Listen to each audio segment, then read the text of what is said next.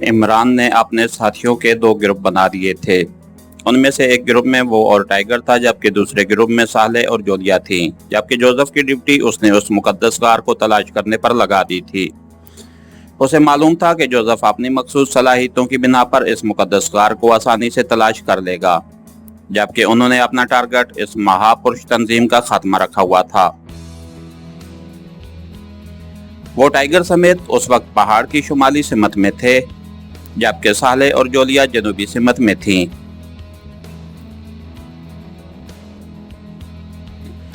उन्होंने राउंड लगाकर चेक कर लिया था कि मचाने सिर्फ सामने के रुख पर थीं और उनकी तादाद 4 थी। 2 शुमाली सिमत में और 2 जनूबी सिमत में दरमियान में बनी हुई थीं। बाकी तमाम फसील सादा थी। इमरान और उसके साथियों के पास सिर्फ मशीन गनें थीं, क्योंकि उनका अपना असला तो उनकी बेहोशी के दौरान उनसे अलहदा कर दिया गया था और वो उन्हें इस गार में कहीं नजर न आया था जहां उन्हें बेहोश करके ले जाया गया था। और मशीन गनों की रेंज इतनी ना थी कि वो दूर से फायर करके इन मचानों को उड़ा सकते। इसलिए उन्होंने प्लानिंग की थी कि वो चट्टानों की ओट लेकर इन मचानों के करीब पहुंचकर ऊपर चढ़ें और फिर वहां मौजूद अफराद का खात्मा कर दें। लेकिन अब इमरान को एहसास हो रहा था कि उसकी प्लानिंग गलत थी, क्योंकि जोलिया ने ट्रांसमीटर पर उसे बताया था कि 6 मुसल्लह अफराद गार की तलाशी लेते फिर रहे हैं और वो मुसल्लह भी हैं और चौकना भी, जबकि पहाड़ और फसील के दरमियान इतना फैसला बहरहाल था कि रास्ते में कोई ओट मुयसर न आ सकती थी। अलबत्ता चंद जगहों पर ऊंची झाड़ियां मौजूद थीं, लेकिन ये जगहें मचानों से काफी फासले पर थीं। बॉस, मेरा ख्याल है कि हम इस तरह फंस जाएंगे। हमें पहले उनके हेडक्वार्टर पर कब्जा करना चाहिए। वहां हमारा असला भी होगा और फिर हम इन मचानों का खात्मा कर सकते हैं, टाइगर ने कहा।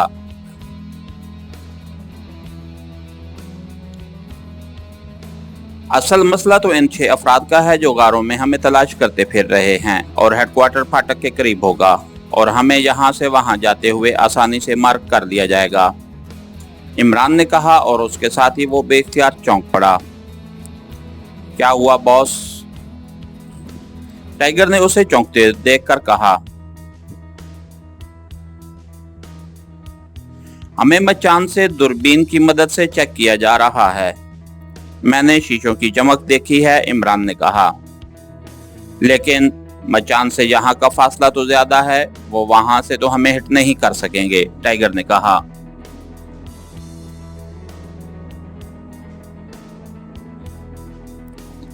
मेरा ख्याल है कि वो इन 6 अफराद को इतला देंगे जिन्हें जोलिया ने चेक किया है, क्योंकि ये खसूसी तौर पर तरबियत याफ्ता लोग हैं। इसलिए हमें भी उनके खिलाफ कोई ट्रैप बना लेना चाहिए, इमरान ने कहा।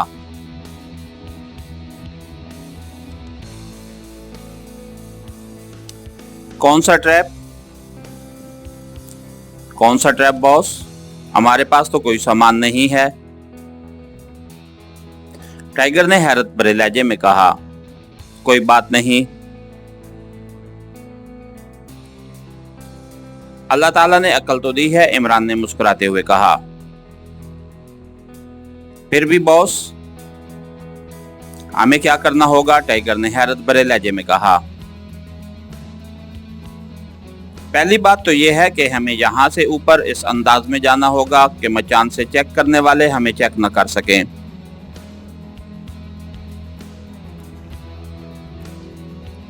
ये लोग लाजमन साइडों से 2 ग्रुपों की सूरत में यहाँ आएंगे, जबकि हम ऊपर होंगे। फिर जैसे ही ये लोग हमारी रेंज में आएंगे, हम उन पर फायर खोल देंगे, इमरान ने कहा। तो टाइगर ने इस बात में सर हिला दिया, क्योंकि इसके अलावा और कोई सूरत हो भी नहीं सकती थी। फिर 2 चट्टानों की ओट में रेंगते हुए उस जगह से खासा ऊपर पहुंच गए और उसके साथ ही इमरान ने टाइगर को अपने करीब से हटकर कुछ फासले पर रहने का कह दिया, ताकि दोनों अतराफ से आने वालों को बेहक वक्त घेरा जा सके। और टाइगर तेजी से साइड से हटकर एक चट्टान की ओट में बैठ गया। इमरान साहब, ये लोग चक्कर काटकर हमारे ऊपर से भी तो आ सकते हैं, टाइगर ने कहा। ओह हाँ, अगर वो पहाड़ी लोमड़ियों का शिकार खेलते रहे हैं तो फिर ऐसा भी हो सकता है, क्योंकि पहाड़ी लोमड़ी के शिकार की भी खसूसी तरकीब है, इमरान ने कहा। तो फिर बॉस, क्या हम इस ऐसी चट्टानों की ओर ना ले लें कि ऊपर से नजर ना आ सकें, टाइगर ने कहा।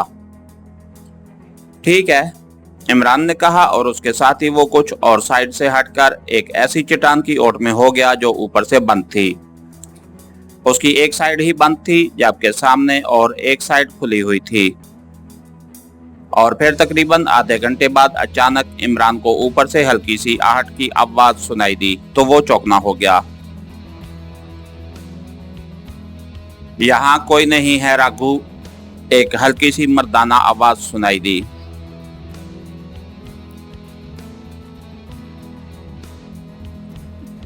वो किसी ओट में छुपे हुए होंगे, तुम दोनों यहाँ रुको, हम नीचे जा रहे हैं, तुमने हमारी निगरानी करनी है, दूसरी आवाज सुनाई दी।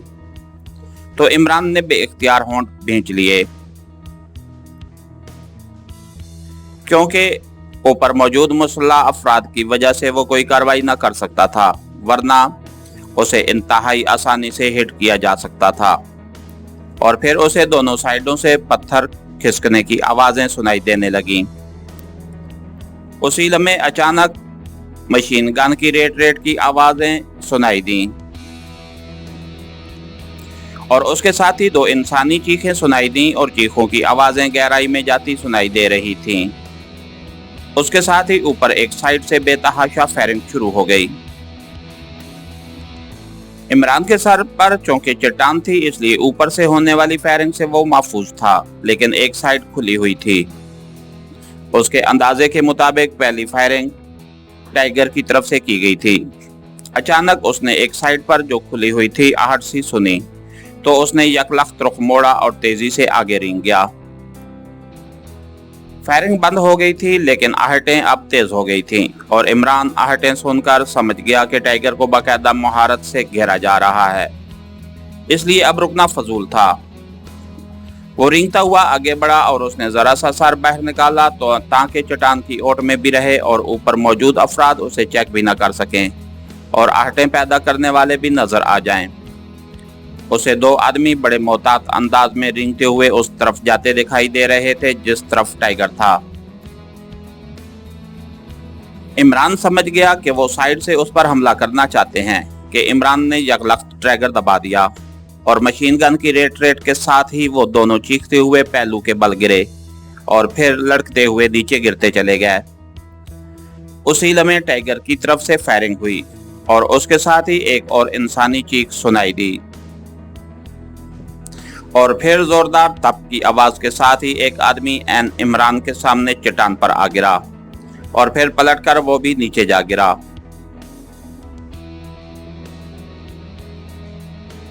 बॉस, ये सब खत्म हो गए हैं, टाइगर की आवाज सुनाई दी तो इमरान रेंगता हुआ उस चट्टान के नीचे से निकला और एक खुली चट्टान की ओर में हो गया। चंद लम्हों बाद टाइगर उसके पास पहुंच गया। फायरिंग की आवाजें दूर दूर तक सुनाई दी होंगी और यकीनन जब तक उनकी लाशें सामने नहीं आएंगी वो यही समझेंगे कि उन्होंने हमें हिट कर दिया है। इसलिए वक्फे से फायदा उठाकर हमने फाटक के करीब हेडक्वार्टर पर कब्जा करना होगा। आओ, इमरान ने कहा।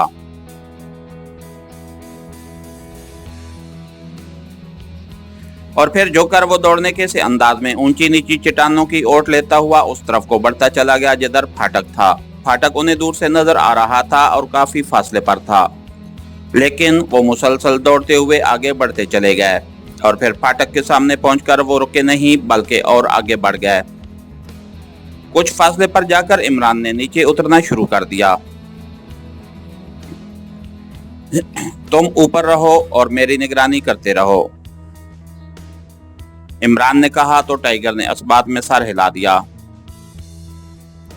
इमरान चट्टानों की ओट लेता हुआ काफी नीचे आ गया तो एक जगह वो ठठक कर रुक गया, क्योंकि उसने कुछ दूर दौड़ते हुए कदमों की आवाजें सुनी थीं।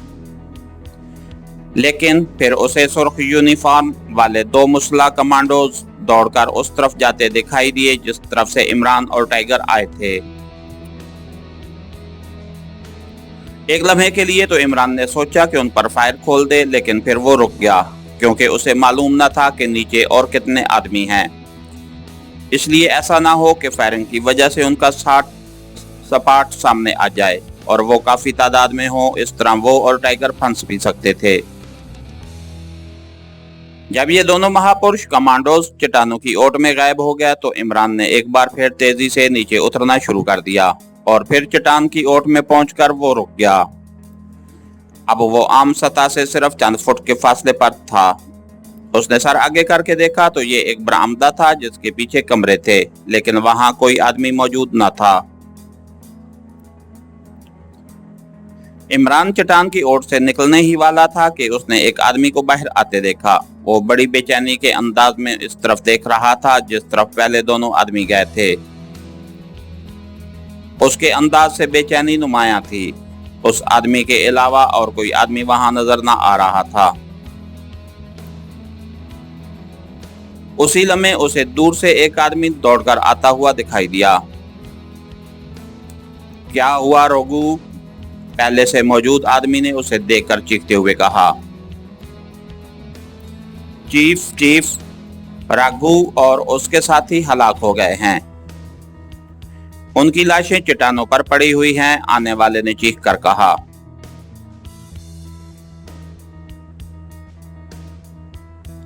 ओह ओह, वेरी बैड। मुझे अब मचानों से आदमी बुलाने होंगे। अब इन दुश्मनों का बाकायदा घेराव होना चाहिए, चीफ ने कहा और तेजी से दौड़ता हुआ वापस कमरे की तरफ बढ़ गया, जबकि इत्तला देने वाला मुड़कर वापस चला गया।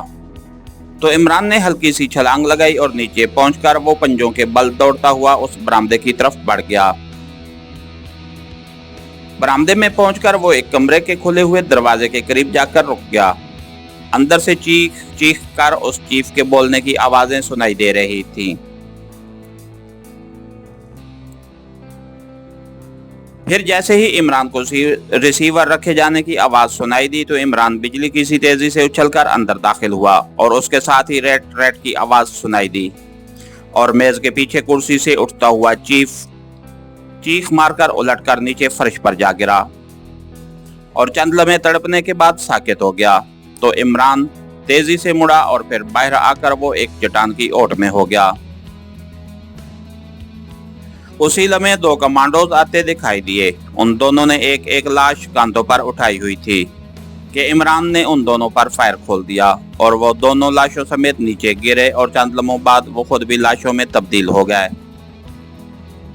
टाइगर, नीचे आ जाओ, इमरान ने आगे बढ़कर चीखते हुए कहा। तो थोड़ी देर बाद टाइगर साइड से उतरकर दौड़ता हुआ इमरान की साइड पर आ गया। तुम इस तरफ से ऊपर चढ़ जाओ और चेक करते रहो कि मचानों से कितने आदमी आ रहे हैं।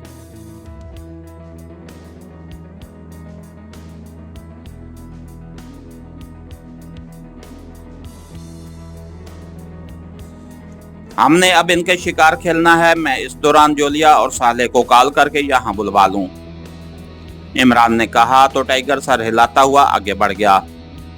तो इमरान ने जेब से ट्रांसमीटर निकाल लिया। ये ट्रांसमीटर इन महापुरुषों की जेबों से निकले थे जिन्हें इमरान ने पुश्त पर गोलियां मारी थीं। Hello, Prince calling over, Imran ने तेज लहजे में बार बार कॉल देते हुए कहा। Yes, Julia attending you over. चंद लम्हों बाद दूसरी तरफ से जोलिया की आवाज सुनाई दी। कहाँ हो तुम इस वक्त? ओवर, इमरान ने कहा। हम दोनों एक मचान की तरफ बढ़ रही हैं, लेकिन यहाँ ओट की कोई चीज नहीं है, इसलिए हम रुकी हुई हैं। ओवर, जोलिया ने जवाब दिया। तुम दोनों एहतियात से फाटक की तरफ आ जाओ, हमने यहाँ हेडक्वार्टर पर कब्जा कर लिया है। तुम फाटक के सामने आ जाओ। ओवर एंड ऑल, इमरान ने कहा और ट्रांसमीटर ऑफ करके उसने उसे जेब में डाल लिया। बॉस, 4 आदमी मचान से उतरकर हमारी तरफ आ रहे हैं। चंद लम्हों बाद टाइगर की आवाज सुनाई दी। ये चारों इकट्ठे आएंगे, जब ये करीब पहुंचे तो तुमने उन पर फायर खोल देना है, इमरान ने ऊंची आवाज में कहा। Okay boss. टाइगर की आवाज सुनाई दी और फिर तकरीबन आधे घंटे बाद उसे फायरिंग और इंसानी चीखों की आवाजें सुनाई दी और फिर खामोशी तारी हो गई। मैंने उन्हें हिट कर दिया है बॉस, टाइगर की आवाज दोबारा सुनाई दी। ठीक है, वहीं रहो, शायद फायरिंग की आवाजें सुनकर कोई और आ जाए, इमरान ने कहा और फिर आधे घंटे बाद उसे जोलिया की आवाज सुनाई दी। कहाँ हो प्रिंस? जोलिया की आवाज ऊपर से आ रही थी। आ जाओ नीचे, जल्दी करो, इमरान ने ऊंची आवाज में कहा और थोड़ी देर बाद जोलिया और सालेह दोनों भागती हुई आती दिखाई दी तो इमरान ओट से बाहर आ गया। तुम अंदर तलाशी लो, यहाँ हेडक्वार्टर में यकीनन भारी असला मौजूद होगा, इमरान ने कहा तो जोलिया और सालेह सर हिलाती हुई अंदरूनी कमरों की तरफ बढ़ती चली गईं। कुछ देर बाद अंदर से फोन की घंटी की आवाज सुनाई दी तो इमरान तेजी से मुड़ा और दौड़ता हुआ अंदर दाखिल हो गया। फोन की घंटी बज रही थी, उसने रिसीवर उठा लिया।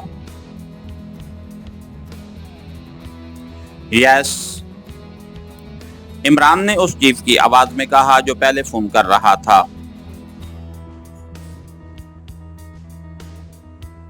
रासू बोल रहा हूं, मचान नंबर 3 से चीफ करमदास।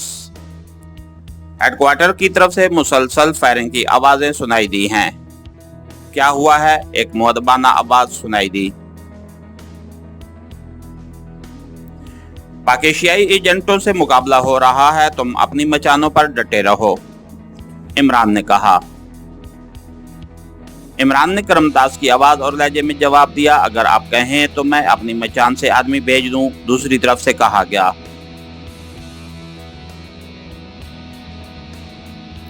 सुनो, तुमने ठीक बात की है। अब जबकि पाकिस्तानी एजेंट अंदर दाखिल हो चुके हैं, इसलिए मचानों पर बैठे रहने का कोई फायदा नहीं है। तुम ऐसा करो कि अपने साथियों समेत हेडक्वार्टर आ जाओ और बाकी मचानों वालों को भी पैगाम दे दो ताकि हम सब मिलकर उन एजेंटों का खात्मा कर सकें, इमरान ने करमदास के लहजे में बात करते हुए कहा।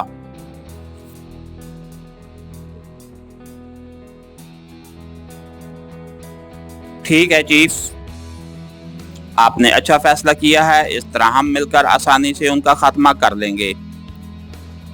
हम आ रहे हैं, दूसरी तरफ से इस तरह मुसरत भरे लहजे में कहा गया जैसे करमदास ने उसकी बात मानकर उसे इंतहाई मुसरत बख्शी हो।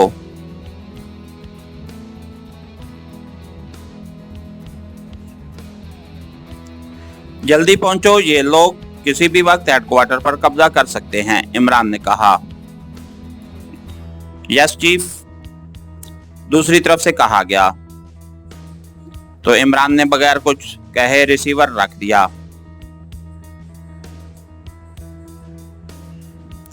इमरान साहब, सारा असला एक अलमारी में मौजूद है, इमरान के रिसीवर रखते ही साले ने कहा तो इमरान उस अलमारी की तरफ बढ़ गया। जोसेफ कहाँ है? वो तुम्हारे साथ नहीं आया? इमरान ने अचानक एक ख्याल के तहत पूछा।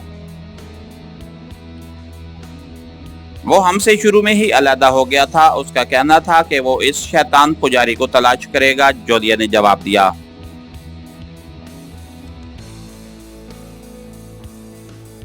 वो तो होता रहता, पहले हमें इन महापुरुषों का खात्मा करना था, इमरान ने कहा और फिर उस अलमारी से अपना मखसूस असला निकालकर जोलिया और साले को दे दिया।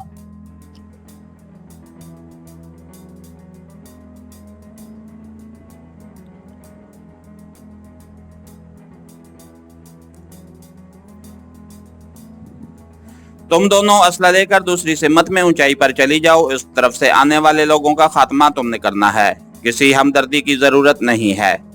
इमरान ने कहा तो जोलिया और साहले ने इस बात में सर हिलाए और फिर तेजी से कमरे से निकलकर बरामदे की तरफ बढ़ गईं। जबकि इमरान ने बाहर बरामदे में आकर टाइगर को आवाज दी। यस बॉस, टाइगर की आवाज सुनाई दी।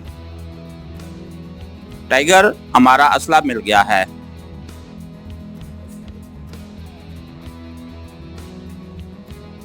तुम फौरन नीचे आकर असला लो और तुमने अपनी तरफ से मचानों से आने वालों से निपटना है। जल्दी आओ, वो लोग किसी भी वक्त पहुंच सकते हैं, इमरान ने ऊंची आवाज में कहा। यस बॉस, टाइगर ने जवाब दिया और फिर थोड़ी देर बाद टाइगर नीचे आ गया। इमरान ने उसे जरूरी असला देकर वापस भिजवा दिया। उसी लम्हे फोन की घंटी एक बार फिर बज उठी तो वो तेजी से फोन की तरफ बढ़ गया। यस, चीफ करमदास बोल रहा हूं, इमरान ने करमदास की आवाज और लहजे में कहा। रंदर बोल रहा हूं चीफ, रासू ने मुझे कहा है कि आपने सबको हेडक्वार्टर पहुंचने का कहा है। दूसरी तरफ से कहा गया।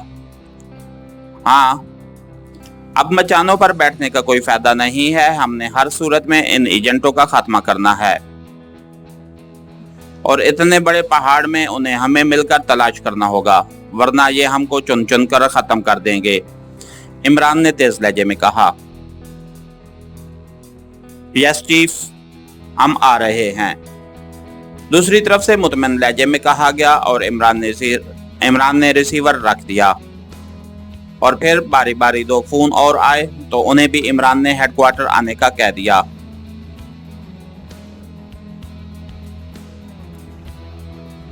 ये नॉनसेंस जोसेफ न जाने कहां होगा, कहीं किसी की नजरों में आ गया तो मारा जाएगा, इमरान ने बुड़बुड़ाते हुए कहा। लेकिन दूसरे लम्हे वो बिजली की सी तेजी से मुड़ा क्योंकि उसने दरवाजे पर किसी का साया देखा था। बॉस, मैंने उस शैतान पुजारी का सुराग लगा लिया है, अचानक जोसेफ ने अंदर दाखिल होते हुए कहा। उसे बाद में देखेंगे, पहले हमने इन महापुरुषों का खात्मा करना है। ये तरबियत याफ्ता लोग हैं, तुम असला लेकर हेडक्वार्टर के ऊपर चट्टान पर पहुंच जाओ। दाएं हाथ पर टाइगर है और बाएं हाथ पर जोलिया और साले हैं, तुमने दोनों अतराफ का ख्याल रखना है, जल्दी करो। इन लोगों की तादाद न जाने कितनी हो, इमरान ने सर्द और तेज लहजे में कहा। यस बॉस, जोसेफ ने कहा और फिर मेज पर पड़ा हुआ असला उठाकर वो तेजी से मुड़ा और बाहर चला गया। इमरान भी मशीन गन उठाए बाहर आ गया। उसके ख्याल के मुताबिक उसे किसी ऐसी जगह पर होना चाहिए जहां से वो सारी सूरत हाल का न सिर्फ बखूबी जायजा ले सके बल्कि जरूरत पड़ने पर अपने साथियों की मदद भी कर सके। और फिर उसकी नजरें हेडक्वार्टर के सामने फाटक के करीब एक ऊंचे दरख्त पर जम गईं और उसने उस पर चढ़कर मोर्चा बनाने का फैसला कर लिया क्योंकि ये उसके ख्याल के मुताबिक बेहतरीन जगह थी। इसके साथ ही हमारी आज के एपिसोड का इख्तिताम हुआ। कहानीगर चैनल को लाइक कीजिए, सब्सक्राइब कीजिए और बेल आइकन को प्रेस कर दीजिए ताकि हर आने वाली नई वीडियो आप तक बर वक्त पहुंच सके। शुक्रिया।